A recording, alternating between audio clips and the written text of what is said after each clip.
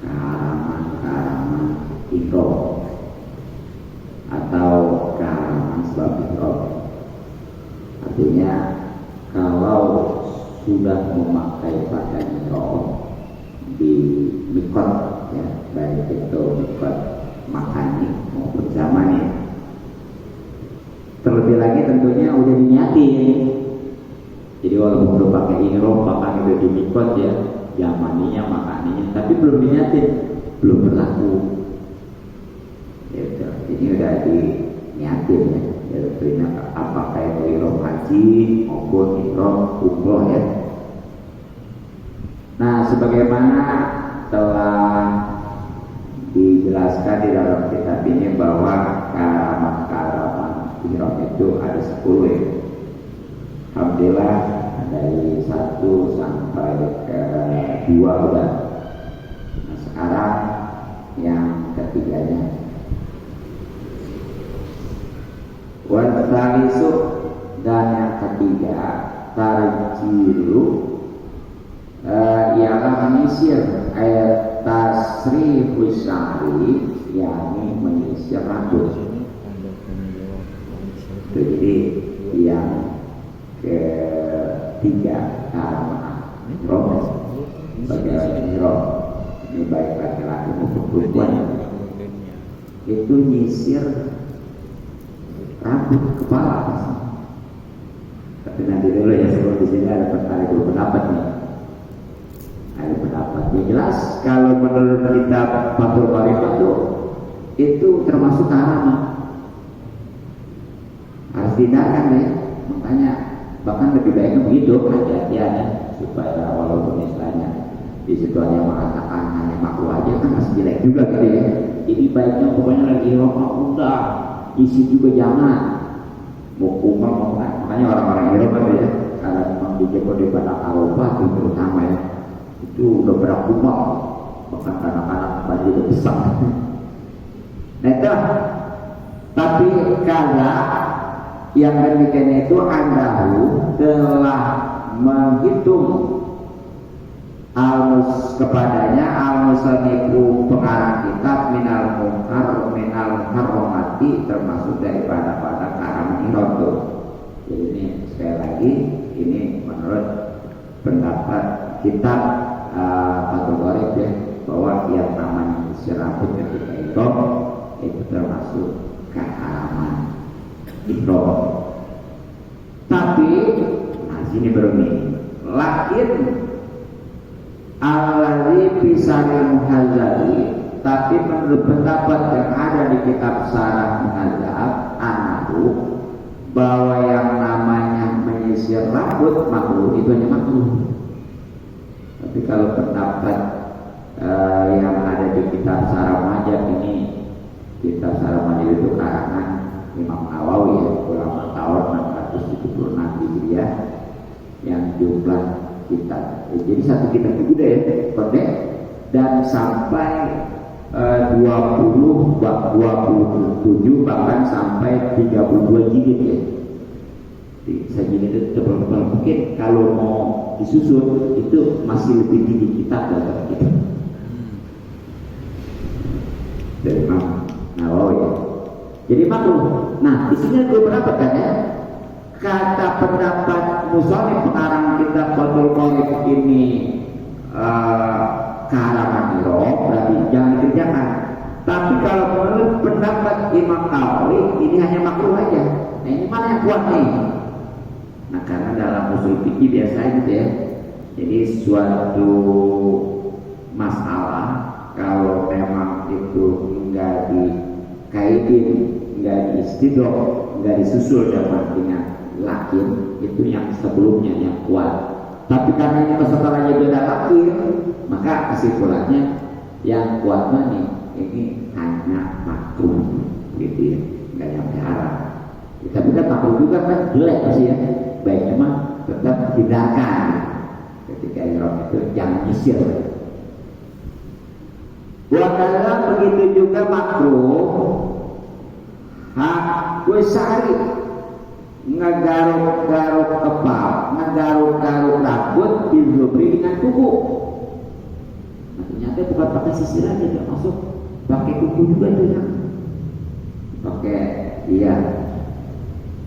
Jadi kan ada orang-orangnya nggak nyisir tapi beneran. Iya lumayan. Itu juga sama ya, nggak nyisir. Kemudian warabiu dan yang keempat al-kuhu itu mencukur rambut air sari yang rambut al-natuhu atau mencabut rambut al-irakuhu atau membakarnya.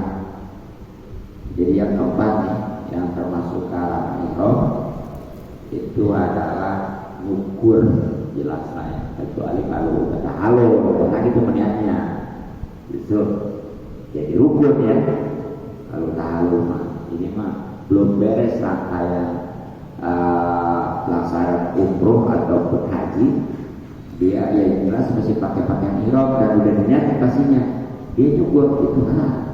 Tapi kalau memang udah beres rangkaian umrohnya maupun hajinya dan ini memang niatnya mau tahu itu mah jadi rukun, baik rukun umroh maupun rukun haji ya.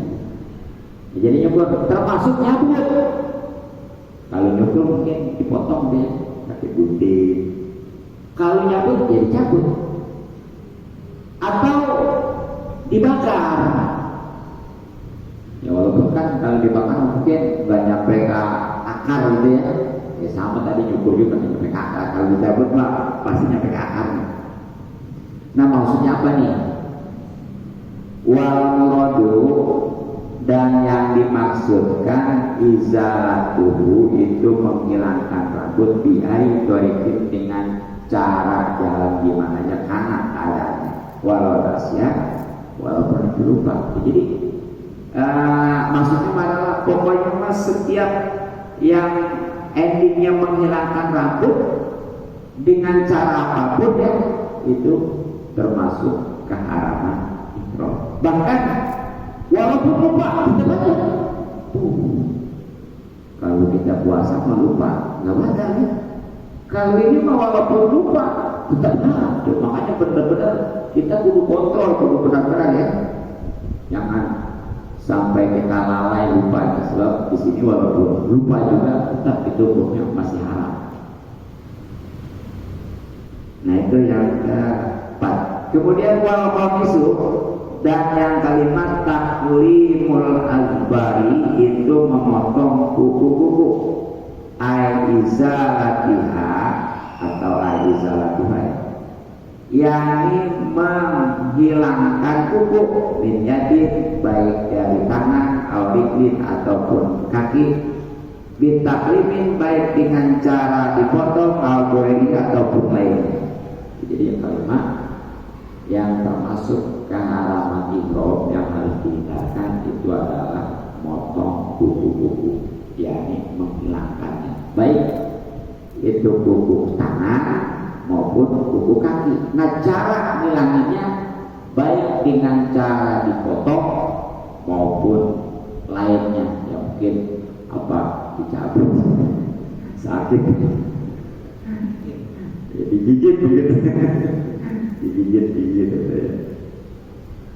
Nah ilah kecuali ilang kasaro apabila pecah badu zubril muhrimi sebagian kukunya orang yang sedang ihram wa ta'ala dan dia merasa sakit bihi dengan keadaan itu palau maka boleh baginya izalatul munkasiri untuk menghilangkan yang pecah pakot saja. Nah kecuali ini kalau bukunya itu udah pecah, kan kadang-kadang suka ini ya udah potongnya kan itu kalau nggak dipotong atau kehilangan kan kadang-kadang sakit ya.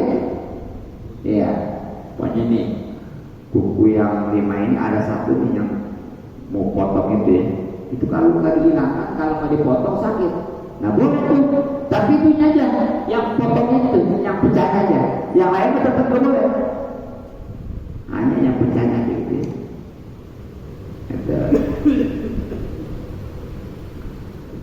Kemudian wasadisu, dan yang keenam atibu, itu memakai mengenakan minyak wangi istimaluhu, yakni memakai wangi-wangi yang konstan dengan sengaja.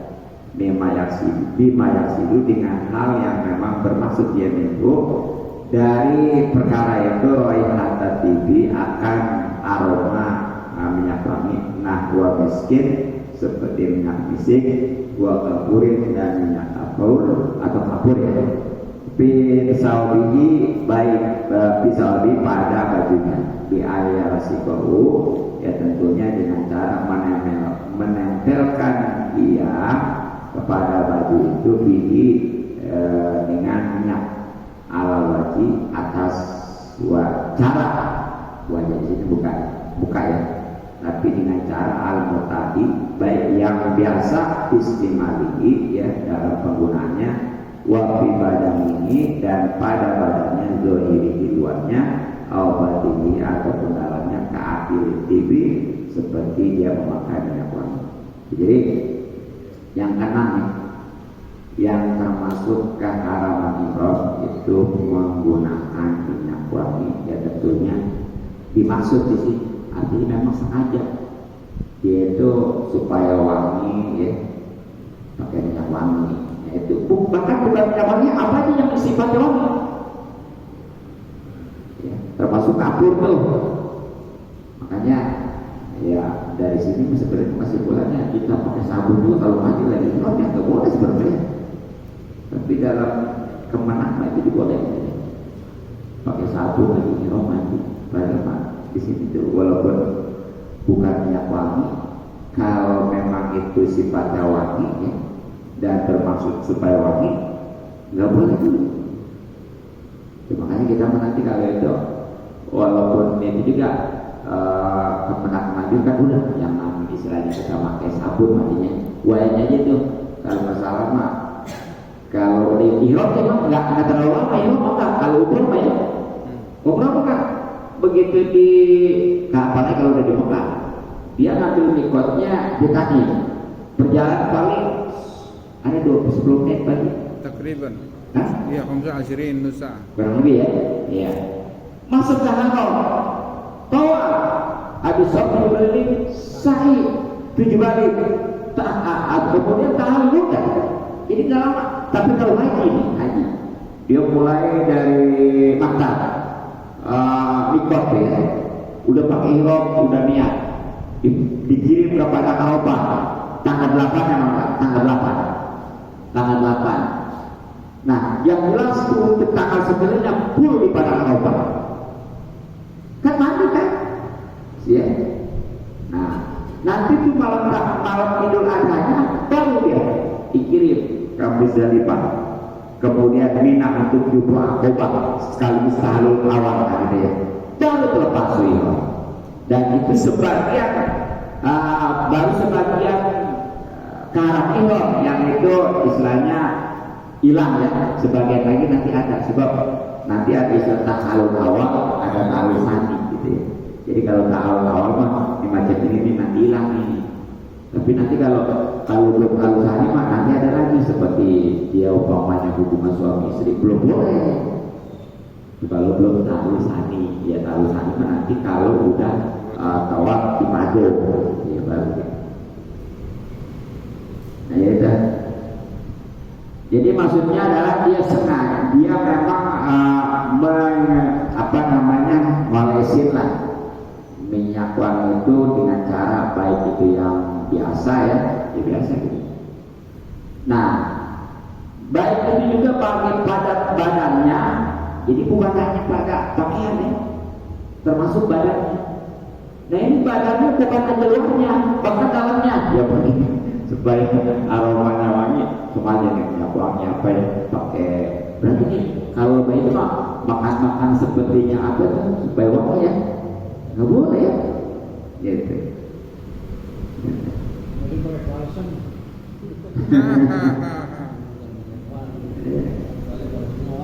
GPU.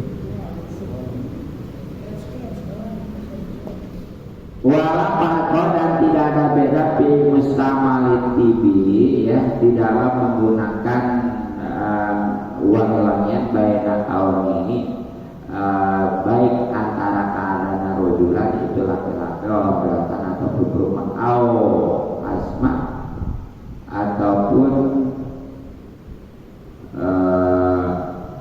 yang asam ya asam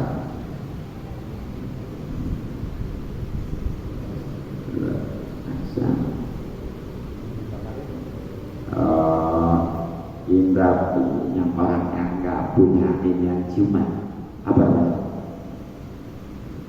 yang nggak bisa nyium mati rasa. Ya begitulah kan, kalau nggak bisa lihat buta, kalau nggak bisa dengar tuli, kalau nggak bisa nyium Mati rasa. mati rasa. Iya iya.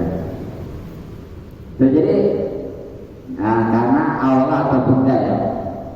Nah jadi kan masalah memakai wangi-wangian ketika ihram itu nggak ada bedanya, mau laki-laki mau perempuan sama aja. Itu ya berlaku dalam hal ini mana? Ya bahkan dia mau nggak ngaruh, walaupun pakai minyak wangi juga nggak rasa kan ya, mati rasa ya, tetap aja. Jadi nggak bisa logikanya, dia mau pakai minyak wangi juga nggak pernah cium ini, tetap aja ya hukum gitu. Wa kharaja dan keluar di qasdan ya, dengan maksud tadi malal alqat, sesuatu yang kalau memang jatuh ali atasnya arif angin tiba yang wangi ataupun dipaksa ia aristimali untuk menggunakan wangian ataupun dia bodoh dari makan ke arah mana pakai wangian nasi ataupun dia lupa atau bahwa memakai wangian mukrimun itu diharapkan, itu haram. Fainahu maka baginya lain fidyata itu tidak wajib fidyah di atasnya.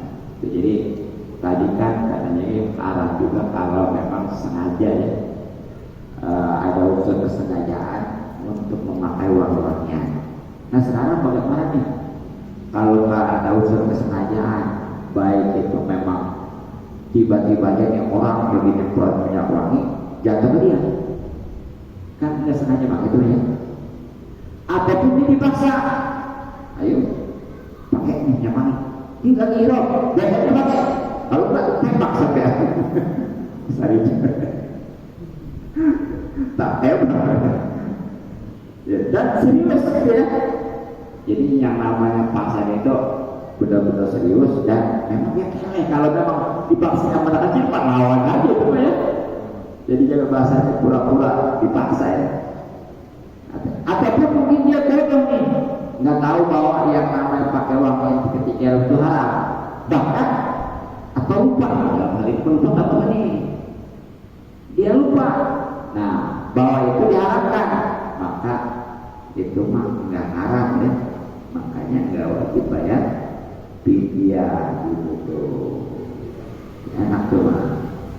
Nah sekarang bagaimana fa'in alimah, maka kalau dia mengetahui tahrimu akan alamnya wajah hila dan ia bodoh al fidyah wajibat, maka tetap itu tidak wajib. Jadi kalau seandainya dia memang nggak tahu bahwa gini, dia tahu bahwa yang namanya lagi ihram nggak boleh pakai minyak wangi karena haram, tapi dia nggak tahu kalau pakai yang harum ketika ihram itu wajib bayar fidyah. Ini mah tetap wajib bayar fidyah.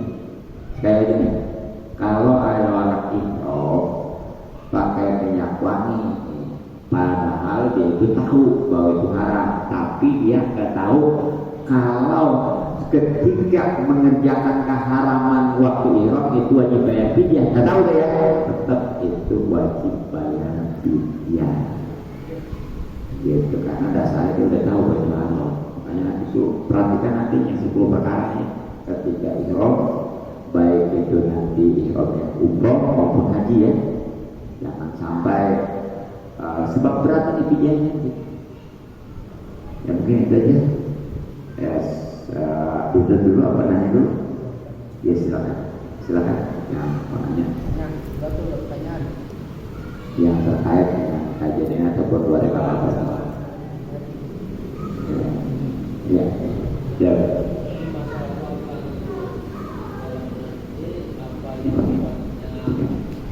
Apa ini? Seperti itu.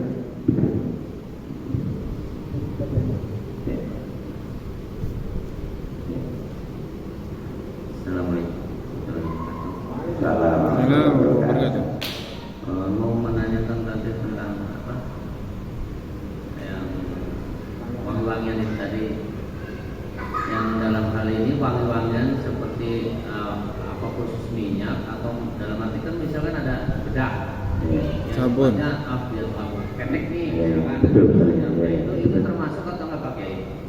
Iya, makasih. Ya tadi kan udah disinggung ya bahwa Sabun. yang namanya wangian bukan, Minyak kayu putih iya wangian.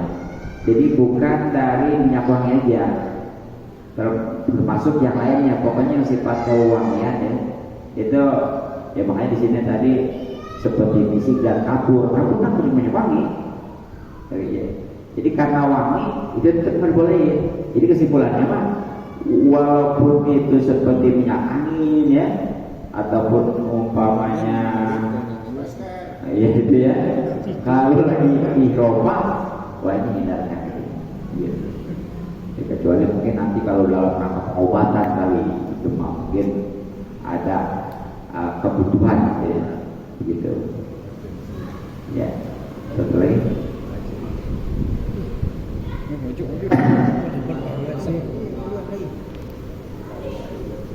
Assalamualaikum warahmatullahi wabarakatuh. Saya mau nanya cuma sedikit aja, cuma banyak ya. Masalah kalau kita sholat di sini nih, kan imam selalu mengatakan rapat dan ansor. Ya kan? Istau sufufakum. Yang ditanyakan di Mekah itu, dia itu kadang-kadang di dalam sama di luar itu kadang-kadang softnya itu pun jauh jaraknya. Apalagi di terminal itu kan di sana itu kan ada tempat burung-burung makan itu kan di situ. Kadang-kadang sahnya di sini kan di sana dipakai jauh banget, ya tidak sekitar 100 meter jarak itu gimana? Jadi coba dijelaskan itulah kurang dulu. Jadi jaraknya jauh-jauh banget, tidak nyambung sahnya dengan itu antara satu jauh. Apalagi sekarang pun dipagar-pagar lagi pembangunan lebih. Sekian, terima kasih. Assalamualaikum warahmatullahi wabarakatuh. Waalaikumsalam warahmatullahi wabarakatuh. ya, jadi ini terkait dengan masalah berjamaah ya, khususnya di syaratnya. Nah, di mana untuk sholat berjamaah kalau memang satu bangunan sejauh apapun masih terhitung sebagai jamaah. Contoh, banyak si imam di sini nih, si makmum nih bisa jauh ya. Ya pokoknya mah di ujung, bahkan masih itu kisaran jaraknya juga luasnya ya, panjangnya nih. Ada mungkin 1000 meter tetap masih boleh. Kalau masih satu bangunan, termasuk di atas juga ya boleh. Nah tapi kalau udah di luar bangunan ya, di luar bangunan masjid nih. Nah itu disyaratkan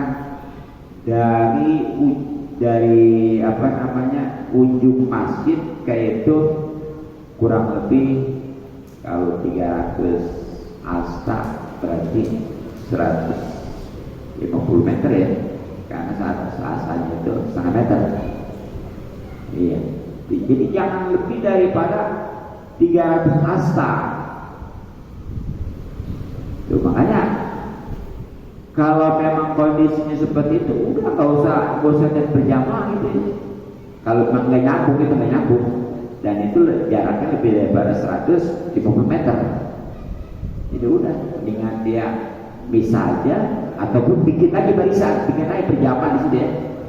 Ya makanya seperti waktu di Ancol di Monas dulu kan ya, itu anak-anak jauh tapi dia masih ngamuk, padahal udah nggak bisa jauh tuh, apalagi di situ kan bukan pasir.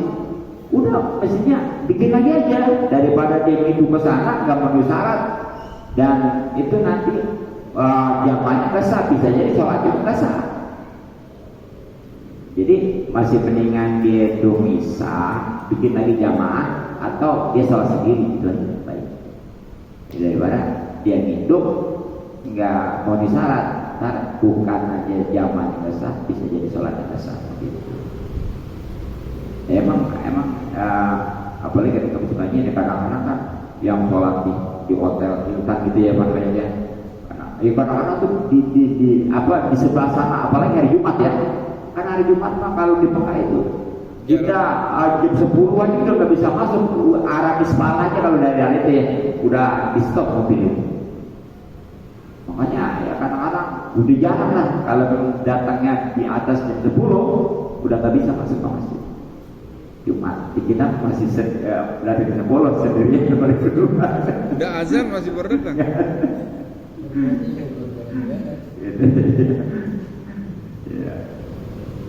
Nanti kayaknya cukup ya.